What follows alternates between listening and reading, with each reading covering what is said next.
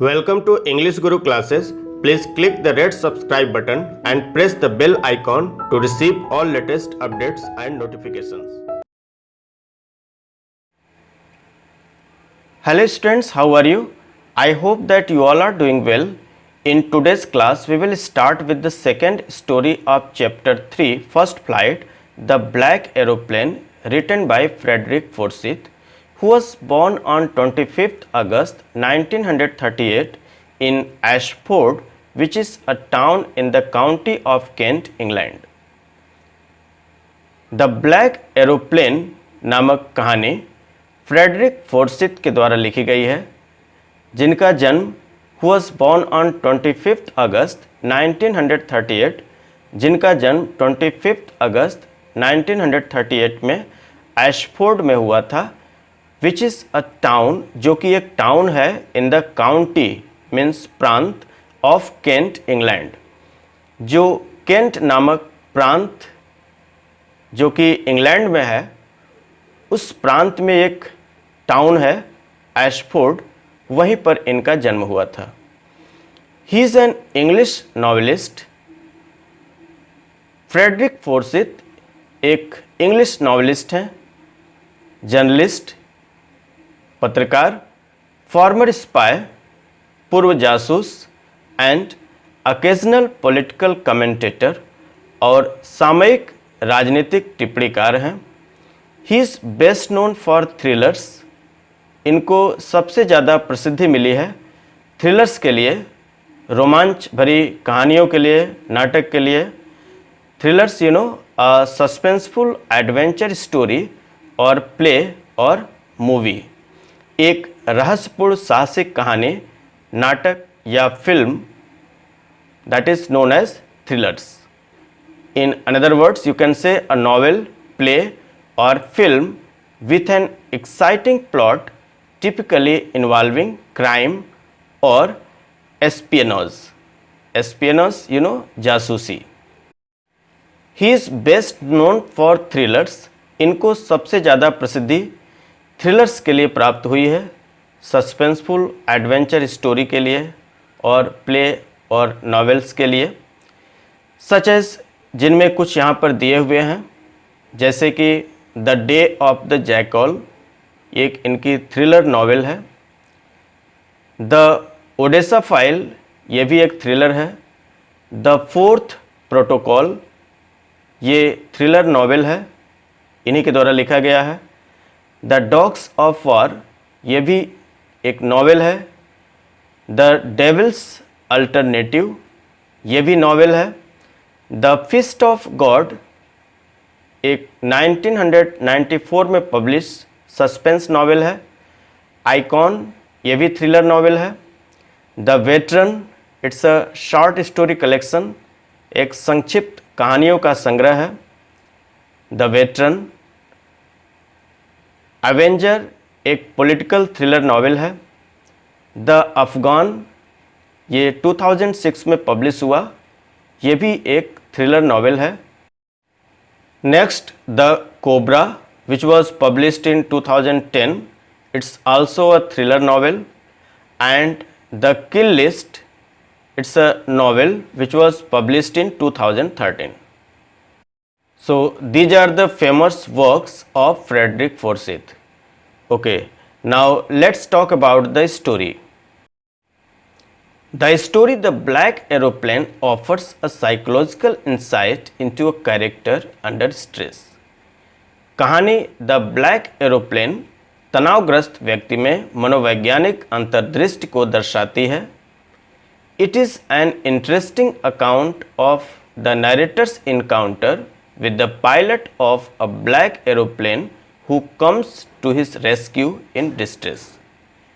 इस कहानी में ब्लैक एरोप्लेन के पायलट के साथ कथाकार अर्थात नरेटर की मुठभेड़ या आमना सामना होने का एक दिलचस्प वर्णन है, जो संकट के समय उसके बचाव में आता है। The story goes on like this.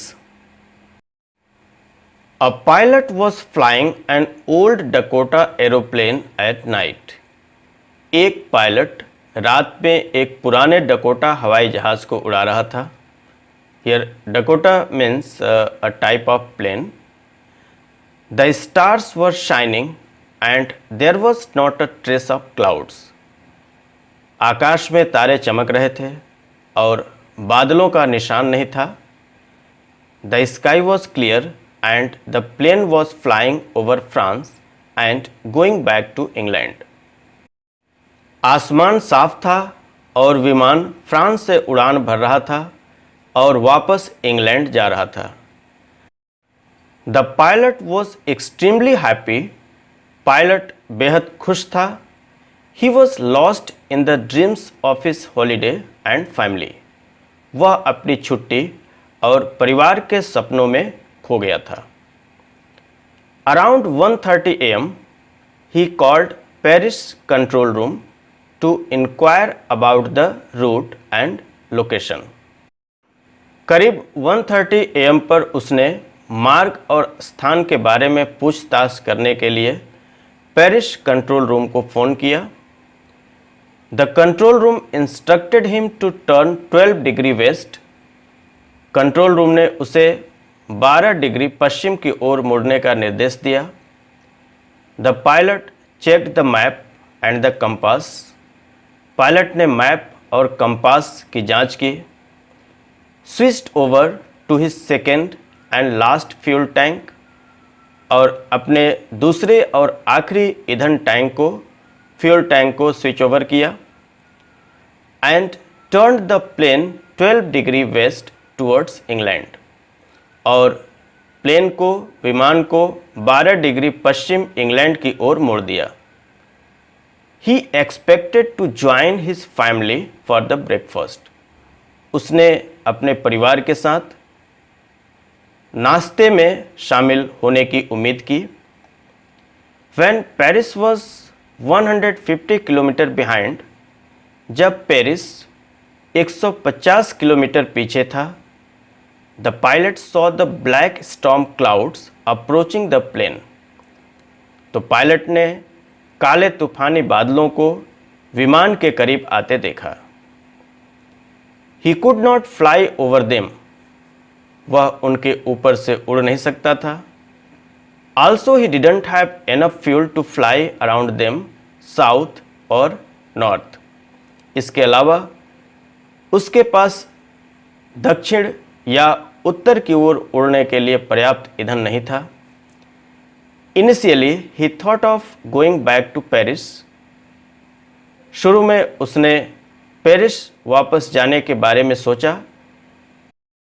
But his strong urge to meet his family members led him straight into the storm. लेकिन उसकी अपने परिवार के सदस्यों से मिलने की तीव्र इच्छा उसे सीधे तूफान से होकर गुजरने को बाध्य कर दी। It was absolutely dark inside the clouds. बादलों के अंदर बिल्कुल अंधेरा था। The plane was jumping and twisting in the air. विमान हवा में उछल कूद कर रहा था। All the instruments had stopped working. सभी उपकरण काम करना बंद कर दिए थे। The pilot lost his contact with the ground staff because his compass and radio had stopped functioning. Pilot ने ग्राउंड स्टाफ से अपना संपर्क खो दिया क्योंकि उसके कंपास और रेडियो ने काम करना बंद कर दिया था।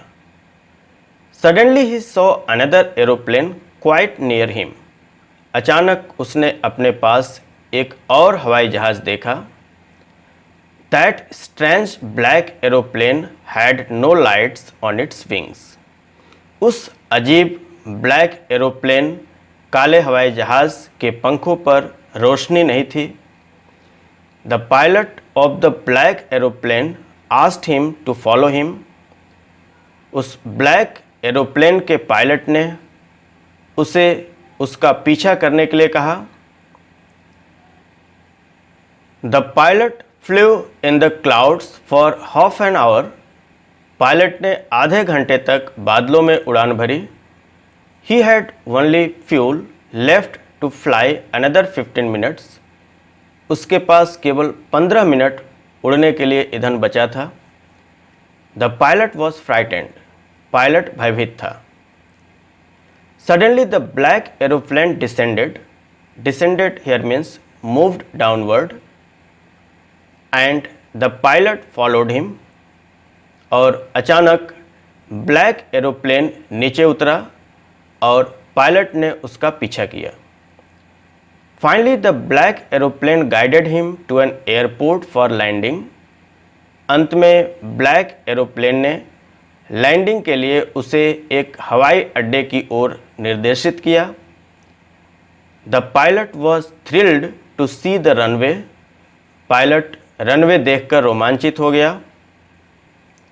But when he turned his head to thank the pilot of the black aeroplane, लेकिन जब उसने उस ब्लैक एरोप्लेन काले हवाई जहाज़ के पायलट को धन्यवाद देने के लिए अपना सिर घुमाया, he couldn't see him anywhere, वह उसे कहीं भी नहीं देख सकता था, अर्थात वह दृष्टि से ओझल हो गया, वह दिखाई नहीं पड़ रहा था।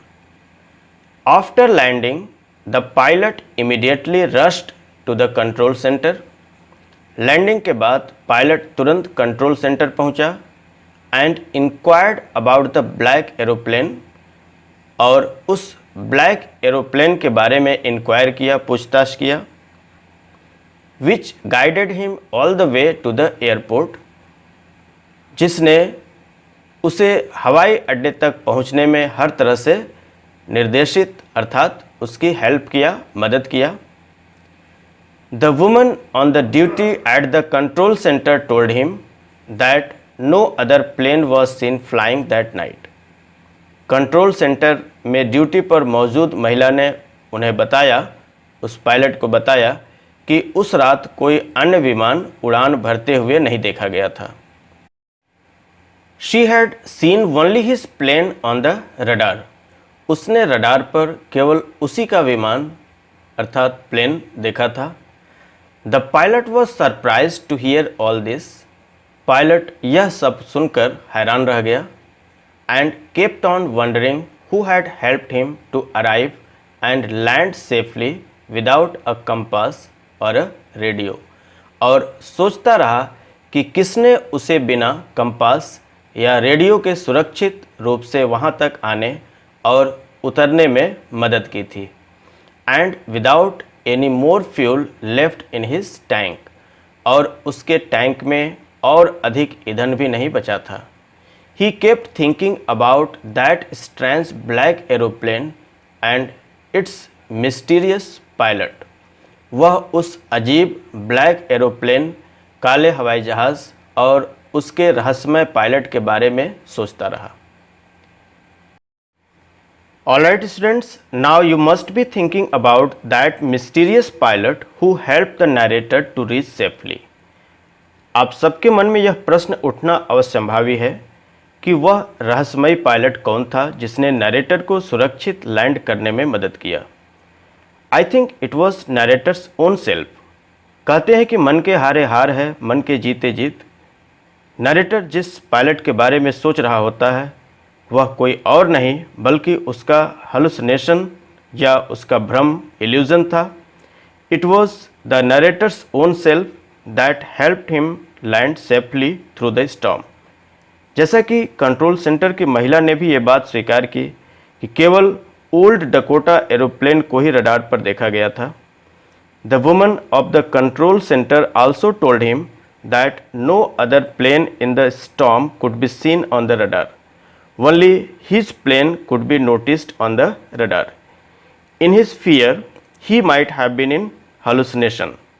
शायद वो अपने डर के कारण भ्रम उसके अंदर पैदा हो गया हो। He was a good pilot and it might have been his own self that came to his help. Students, this was the brief summary of the lesson, and on next turn we would be discussing about detailed explanation of the story along with vocabulary and textual question answers. Till then, keep watching the videos already uploaded on this channel and take care of yourself.